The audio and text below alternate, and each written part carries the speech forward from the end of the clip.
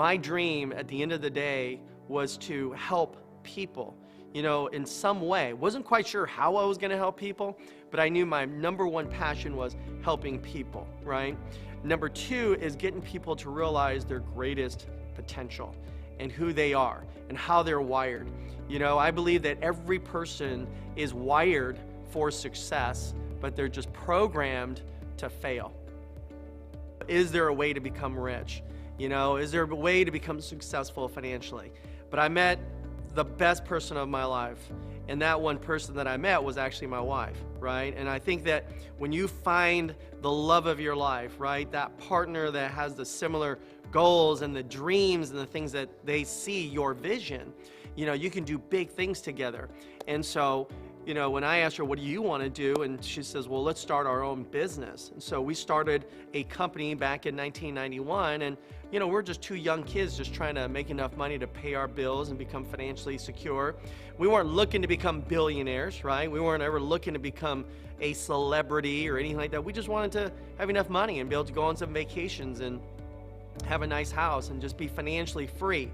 And certainly, you know, money isn't everything, that we know, but it certainly gives you a lot of choices and options, and we wanted to have that. So that's what started for us, as we got into the financial service industry because we felt there was a need to educate people about how money works, right? Because our educational system right now is not structured to teach people really how money works. And so that's what we really wanted to do, right? Our children right now, they don't know the difference between stocks and mutual funds, and they don't know the difference between an ETF or a UIT or an active managed portfolio or a, you know, just a passively managed portfolio. And, you know, the millennials are now, they don't even know the difference between a CD and a CD, right? And so our mission was to get financial information out on a grand scale. And then so we were doing that. And then we started to get interviewed, right, by different magazines and different columns and articles. And, you know, they always ask, the number one question we get is, what's the secret to success? Like, what is it? And there really is, the secret to that question is that there is no secret, right? There is no secret to success, right? There's so many ingredients that are necessary to become successful at anything that you do in life. And so we were asked that question, and so, you know, we started saying, well, you got to change your habits, right? You got to change your mindset. You got to change your desire, right? You got to change your goals and dreams, and just have big dreams instead of small dreams, and stop playing it safe and going after it. And then, of course, my wife once said, you know what? Everything changed for us after we read the book, Think and Grow Rich. Now, that book was given to us, my wife and I, by a man by the name of Monty Holm.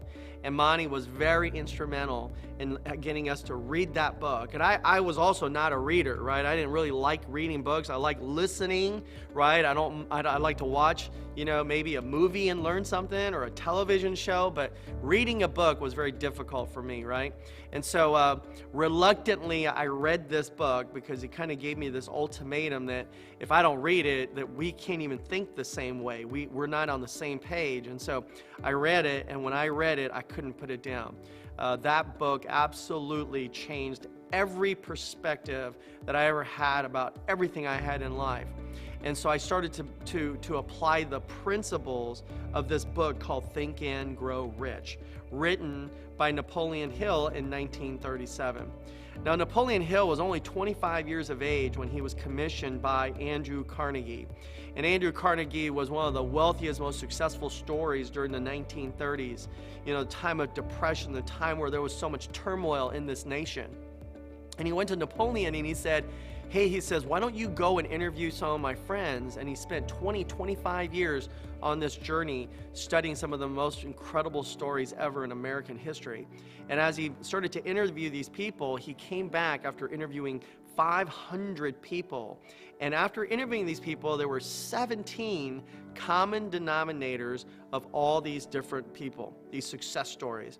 And he took those principles and he put them into a book called Think and Grow Rich. And so when we read it, my wife and I, we started to apply those principles, and I now won't hire a single employee until they read that book. I won't hire anybody on my team until they read that book, right? And so I love to talk with people that are on the same page, that know how to think and grow rich. And so that inspired me as we're looking now today at the baby boomer generation, right? And we're looking at the millennials and the Generation X and Y and Z.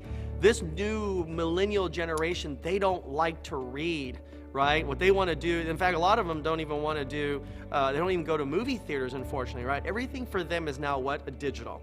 It's going online. It's doing some sort of internet TV. It's looking at everything on their phone devices or their iPads or their, whatever, their tablets and so forth. And so we wanted to create a movie that we can take this information that Napoleon Hill did in 1937 and be able to reach out to everyone out there. So we created a movie. We're creating a new book right now that will be released at the same time.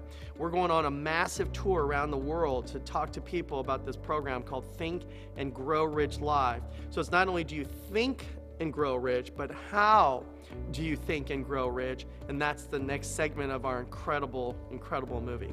So Napoleon Hill talks about creating a mastermind alliance, right? And there's a great story in the book called the Henry Ford story, right? And Henry Ford basically did not have the answers to everything. But what Henry Ford did is he knew people, right, that knew everything, right? And so when I always tell people, people say always focus on your weaknesses, and every mentor has their own philosophy or strategy or why they say to do that. My opinion, I think that you need to focus on your strengths, right? And then you surround your people that have your weaknesses, right, to really complement you, right, so that you can excel in life. And so I surrounded people, because I don't know a whole lot about directing, right, but I know Scott Serene, right? I don't know anything about producing a movie, but I got, the other people, like the Karina Donovans and the Joel Francos and the Sean Donovans. And so this collective group and myself is what made this movie come to life.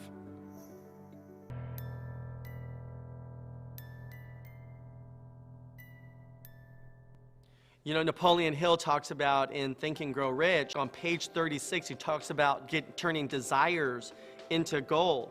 And turning desires into gold, there is a precise step-by-step process on how you achieve that. And one of the things that I get people all the time is I'll ask them, I say, well, they said, John, I want to be rich. And I said, well, what's your definition of rich? And they don't even know what that really means. Or they'll say, well, I want to make a lot of money. And I go, well, how much? And they'll say a lot. And then I'll say, well, when do you want to achieve this success by? And they say, as soon as possible. Well, here's the thing, is that if I gave somebody an invisible ball and I said, take this target, and I've got a big old target right here, and I said, take that ball and I want you to hit this target, I could give you two choices. I could hold it still like this, right? Or I could have it moving back and forth as a target. Well, if I gave them a choice, what would you like me to do? Most people would say, well, hold it still, right? I mean, who says, oh, I want it moving back and forth, right? I want to hold it still. Exactly. Why would they want to do that? It's because it's easier to hit, right? And so here's the thing. If you don't know exactly how much money you want to make, you're probably never going to achieve it. The word a lot is just, it's so much. What is a lot, right? Is a lot $100,000? Is a lot $10,000? Is a lot $10 million? I mean, what's a lot to you? And so you got to be very precise as to what you want and have a definitive number. Napoleon Hill says you have to have a definitive number. So now I say to somebody, what's a lot? And they'll say $150,000 a year, right? Which may be for some people nothing, but to somebody else it might be a lot. But let's just say that's the number. If it's $150,000, the next question I ask them is, by when? And they'll say something like, as soon as possible. Well, what is soon as possible? 10 years? Is it 5 years? Is it 2 years? Is it 3 years? What is that time that you're going to achieve it? And they say next year in 2018.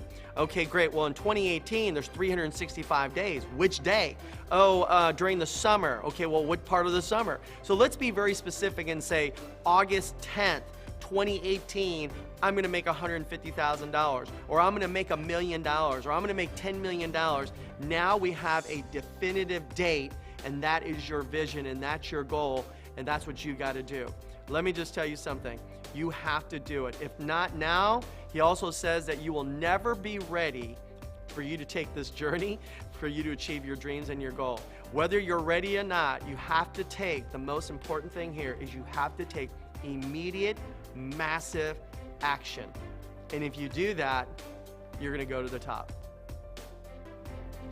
So people always ask, so really, what is the secret again? Like, as I said, there's really no secret. But whether you're a baby boomer or whether you're a senior citizen or whether you're a millennial, it doesn't matter. One thing I always tell people is age is just a number, right? I mean, Colonel Sanders started Kentucky Fried Chicken when he was 66 years of age, right? So age is nothing. I know people right now that are 15 years of age, they have the maturity of a 50-year-old. And there are 50-year-old men and women who have the behavior and the maturity of a 6-year-old child. And so age is just a number. One thing that never will change is what's right here. What's going on in between these 6 inches. And listen, we all have adversities, right? Everybody has adversities. We had adversities. Making the movie, we had adversities, right? There's adversities in life. But let me just tell you that you cannot stay bitter in life. You have to get better, right? So don't stay bitter, get better. Use all your adversities and lessons that you've had in life to make you a better person. I mean, I have adversities every day, right? But I know that all those adversities have taught me lessons to become a better person. Whether I'm being a better husband, a better brother, a better son, a better businessman, a better father, whatever it is, I want to get better in all areas of my life. You know, and I know one thing is that we're all wired for success, but programmed to fail. But I also know that I'm also an original, right? No one has my fingerprints. Nobody has my eye print. Nobody walks like me, right? No one has my footprints. I'm an original, right? But I don't want to die a copycat like someone else. I want to live my life. I want to see who John Shin could possibly be. You know, people say, wow, you look at you, you're there, you made it. I'm like, I haven't even made it. I'm just starting right now, right? And I know that with this movie and with the books and everything else and our tours, and we're going to be going out there and reaching people, not just here in the United States and North America. This is a worldwide phenomenon. This is an actual movement. One of the producers of our movie, Karina Donovan, said that this is a movement. You know, at our premiere, we had people from all over the world, people who came in from Russia. They came in from China, they came in from the Czechoslovakia, from Prague, right? From Sweden, from London, from the Philippines, and they came in from Canada, I mean, from South Africa. This is a worldwide phenomenon. People are coming from all over the world because they collectively want to help make sure that we get this message out.